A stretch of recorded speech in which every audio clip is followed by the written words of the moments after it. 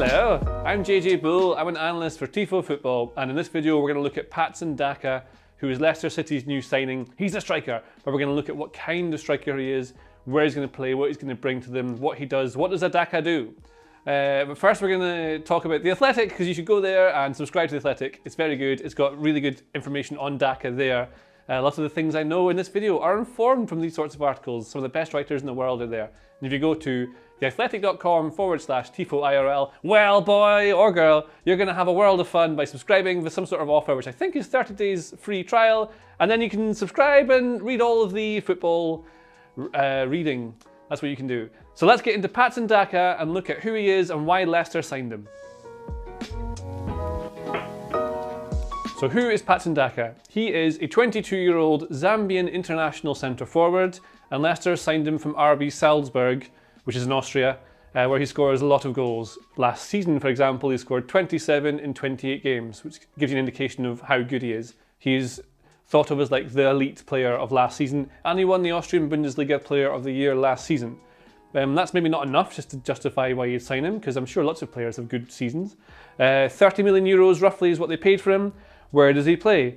Now, the thing with Daka is that Leicester were looking for a new striker. They had it narrowed down to either Patson Daka or Odsonne Edouard at Celtic, who are very different kinds of players. Now, one of the things we've heard about Daka is that if you read like in The Athletic, like we've talked about, or listen to any number of podcasts on him, what all of his coaches say is that he is desperate to learn, listens to instructions, and adapts very quickly. And Brendan Rodgers has said that Daka is going to be probably a sub for the first season. Going to basically, this is a development year for him. But we're looking at how Leicester play and where he'd fit in. So the secret to Brendan Rodgers' success is not only he's a very good coach and devises very interesting coaching sessions and knows how to manage players, but also in his team, he just plays the best players. So Leicester started with a 4-2-3-1 under Rodgers, but last season a lot of it was a 3-4-1-2. And we kind of look at like why he does this. It's not because of any particular tactical plan he wants to play. But look, you got to play Söyüncü, Evans and Fofana. If you don't play a back three, one of them misses out. All of them are amazing, especially Fofana. Evans is the captain. Söyüncü is a great player as well. Have him in. So then you've got Ndidi and Tielemans, your two best players probably in the whole team. These guys can play as a central 2, but you got to have Maddison in there as well. Maddison could play as an 8, but really he's a 10. So if you get a 10 in here and you want to have 3 centre backs, this is the only real way to do it. 3-2-1 like this.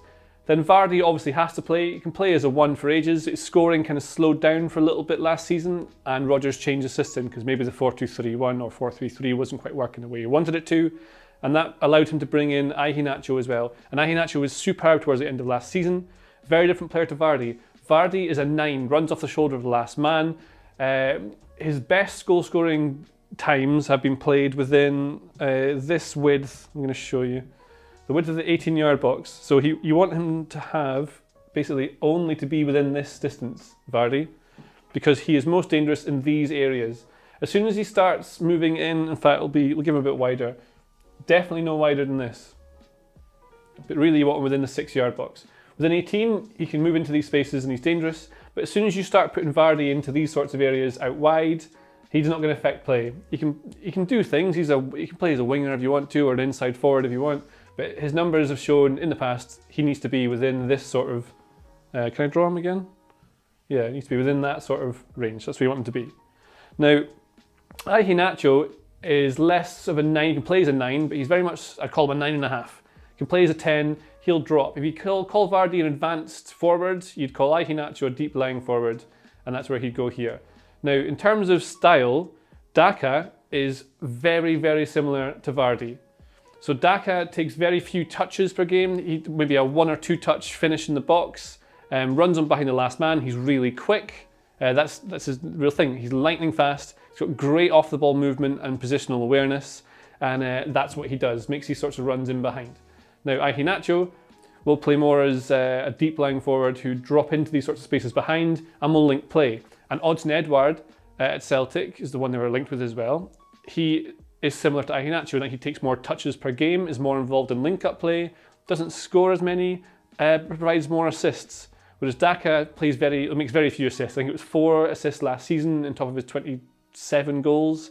kind of tells you what kind of player he is. He is just a goal scorer, a poacher, an advanced forward. So if Vardy is 34, which he is, and has 2 years left of his contract, he will stay as the number 1 striker, or number 9, for Leicester, and Daka will be his replacement, probably long term. That's what the idea will be. But you'll see Daka a lot during the season, because Vardy will need rest, and yeah, we'll see a lot of him. So what we should look at as well with Daka is what his play style is and what he will bring to Leicester this season. If we assume that Daka will play as a replacement for Vardy, probably in the 3-4-1-2 that Leicester used a lot last season, what we're going to see of him, he's going to play very high on the last line and try and play off the shoulder of the last man. We'll push Leicester forward as they attack. So the wing backs are very important for Leicester, and you see that we're talking about earlier how they get their best players into the team and keep a certain shape. Most teams who tend to be possession teams or attack, you'll see this very commonly in the Premier League especially, they'll start with a 4-3-3 or a 4-2-3-1, but their attacking shape will end up looking something like a 3-2-5. So if you look, this is my 5 here, I'm going to just scribble it so you see it all. This is my 5, in a weird roundabout way. That's my 2, that's my 3. 3-2-5, so your shape always transitions. Whenever there's a formation you see someone's written about, it doesn't really matter. It depends where the ball is and who's in possession and how you adapt to it. The numbers don't mean anything. So with Daka, yeah, he's looking to get in behind for, you want crosses from the 2 wide players. Pereira will be looking to make crosses in. Thomas, if he plays there, will look to make crosses in. We'll give him a bendy cross because that's the best kind of cross, as we all know. But also, you've got James Maddison in behind making these sorts of passes. It's, you know, through balls, a bendy through ball, the best kind of through ball. Yeah, so you get Daka able to make these kind of runs like Vardy would, and Maddison able to either thread balls in behind like this, or, you know, straight into Daka to control. And we saw Daka came off the bench against QPR in the pre-season friendly very recently, and set up a goal first of all by making this kind of run. In fact, I'll get rid of these lines, it's a bit confusing. Daka starts here, makes a run in behind as the ball comes in, and then lays it off for a player to come in and shoot at this near post here. Now this is a bad example, but what a good example is the goal that he scored. So when Leicester attack, what you'll see from Daka is he doesn't just play always off the last man on the shoulder of him. What he'll do is start a little deeper. It's all about the timing of the run. This is something he does really well. So Daka will kind of start, like you know, he takes very few touches. He's not great in 1v1s. That's something he doesn't do. So things you often hear about Daka is that he's really quick, but he doesn't really take people on. He tends to beat them by timing a run to get beyond them. So the time he's at full speed, they can't possibly catch him. So you do that by starting a bit deeper in the run. So say he's playing as a 9 here, he'll drift out to this sort of half space position here. So as Leicester move forward as a unit, what that then allows is, say, indeed he moves up here, or Tielemans is here. I'll swap him around for now. Tielemans is here, say. And because Daka's starting here, he'll know that there's going to be a ball coming in from Tielemans, and he'll look up, notice that Tielemans has spotted the run, and he'll make this sort of out to in run. So by the time he's full speed, this guy can't possibly catch up with the acceleration, and then Tielemans just has to dink it into him. This is the kind of thing he does, gets on the end and will score a lot of goals like this. And he'll take 1 touch to take it down, 1 touch to finish. He often just finishes it with 1 touch as well. It's the kind of thing that we're talking about with Vardy. Vardy takes very few touches per game, makes very few passes per game. He made more assists last season than I think he has in most seasons almost combined. But he takes very few touches of the ball, but affects play. That's exactly what Daka is going to do. Look on to get on the end of moves, run beyond the last man, but not from this starting position, from the starting position just slightly deeper. And it means, yeah, that he's able to catch defenders out so they can't possibly be able to catch up with him, and times his run to get in the box to get on the end of moves. You're going to get a lot more creativity from Maddison. You're going to get a lot of support from the wingers, or wing backs, Thomas and Pereira. Castagna will play as well there, and Albrighton will be there. And I think it's Albrighton actually that made the pass for Daka to score his goal that he scored against QPR, where Albrighton, where is he? He's now on the pitch. Runs from about here, runs in, and threads that pass through to him to run onto. So we're going to see a lot of him doing these sort of things. Boubacar Samari, we'll see him play a little bit this season, a little bit on him just now. Very similar to, in the same way that Daka has been signed as a replacement for Vardy rather than as an additional replacement for Iheanacho. Somari's going to be very box to box and a bit more like Tielemans. So that's kind of a replacement for here. And he won't start every game this season either. He's more of a sub. Daka's here as well. That's the thing, because Leicester won't always play this 3-4-1-2. They'll often play a one-man striker. So they can play Daka here as a central, get Ike Nacho off, and you've got more coverage from someone else in midfield, probably Harvey Barnes, bring him on. So then you're going to need to take one of these guys off. So let's say Fofana's injured and not playing. Evan Suyuncu, you got your wing back here, or full back. Pereira's going to be here, 4-2. And then I need one more over on the other side. Let's give him Albrighton can come in.